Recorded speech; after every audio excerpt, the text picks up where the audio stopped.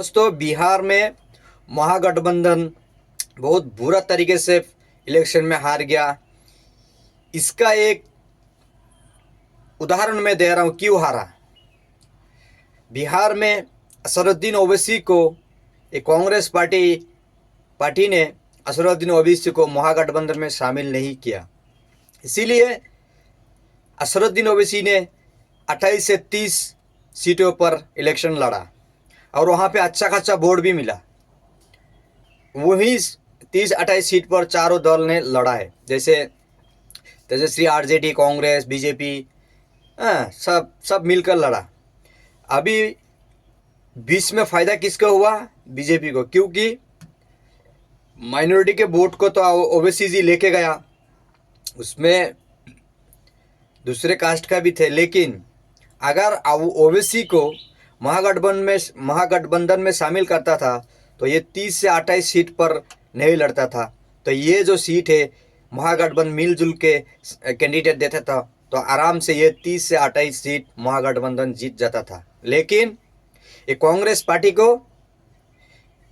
इन लोग शुरुआत से ऐसे कांग्रेस पार्टी ये अपने आप लड़के सरकार बनाएगा सोच के असरुद्दीन ओवैसी को महागठबंधन में शामिल नहीं किया। तो नुकसान किसको हुआ? अभी भाई तुम्हारा ही हुआ, क्योंकि 30 सीट पर ओवैसी जी ने लड़ा, उसमें से 5 एमएलए जीत के आया और बाकी में हार गया। अगर यही 30 सीट को महागठबंधन मिल के देने से, ज़्यादातर मुझे मालूम है जिस सीट पर ओवैसी जी ने लड़ा वो सीट माइनॉरिटी इलाका था, तो 100% वो 30 सीट महागठबंधन को ही मिलने वाला था। लेकिन अभी कुछ नहीं मिला।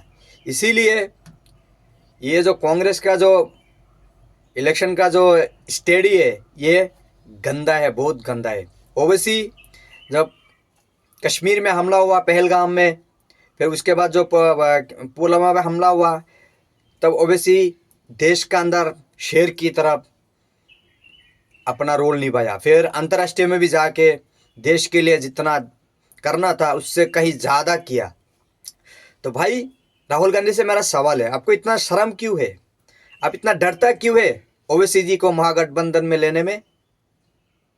अगर आप लेता था तो आपको इतने बहुत बुरा तरीके से आप लोग हारा है, इससे आप लोग सीख मिली। और बाकी स्टेट में जो इलेक्शन होने वाला है उसमें आप लोग अगर यही गलती दोबारा करोगी तो फिर से बीजेपी को ही फायदा मिलेगा। आने वाला 2026 में असम में इलेक्शन है, असम में यही कंडीशन है, सेम यही प्रॉब्लम। असम में बदरुद्दीन अजमल को 12 से 14 सीट है, लेकिन फिर भी बदरुद्दीन अजमल को महागठबंधन में शामिल नहीं कर रहा है।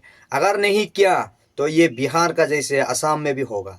इसीलिए हाईकमांड को रिक्वेस्ट करता हूँ, राहुल गांधी जी को, आप असम में जाइए, नहीं तो आप बोलिए असम के जो एसएससी का जो सभापति है श्री गौरव गोगोई जी, उसको बोलिए कि मौलाना बदरुद्दीन अजमल साहब को साथ में लेके विरोधी जो सारे पार्टी एक होकर इलेक्शन लड़े। ऐसे नहीं आप लोग किसी 10, 12, 14 एमएलए वाला पार्टी को आप लोग छोड़ के आप लोग असम में किसको महागठबंधन में ले रहा है? अखिल गोगोई का क्या अस्तित्व है भाई? एक एमएलए है, लुरिंजिती गोगोई, दूसरा बंदा का नाम, अरे भाई एक एमएलए भी नहीं है। उन लोगों को लेके इन लोग महागठबंधन बना रहा है असम में। और बदरुद्दीन अजमल का 14 से 15 एमएलए अभी भी मौजूद है, फिर भी बदरुद्दीन अजमल को इन लोग साइड में रख रहा है कि इसको अगर महागठबंधन में लेगा तो हम लोग हार जाएगा। अरे भाई, अगर बदरुद्दीन अजमल को तुम लोग महागठबंधन में शामिल नहीं करोगी तो 100% लिख लो, मैं आसाम से हूँ, कांग्रेस बीजेपी फिर से असम में सरकार बनाएगा और कांग्रेस को बिहार में जैसे वहाँ असम में भी बहुत बुरा तरीके से हारना पड़ेगा। इसीलिए आप लोग जल्द से जल्द अपना स्टडी ठीक करिए और बदरुद्दीन अजमल को साथ में महागठबंधन में शामिल करिए और इलेक्शन लड़िए। असम के जनता आपके साथ रहेगा। इंशाल्लाह 2026 में कांग्रेस का सरकार आएगा।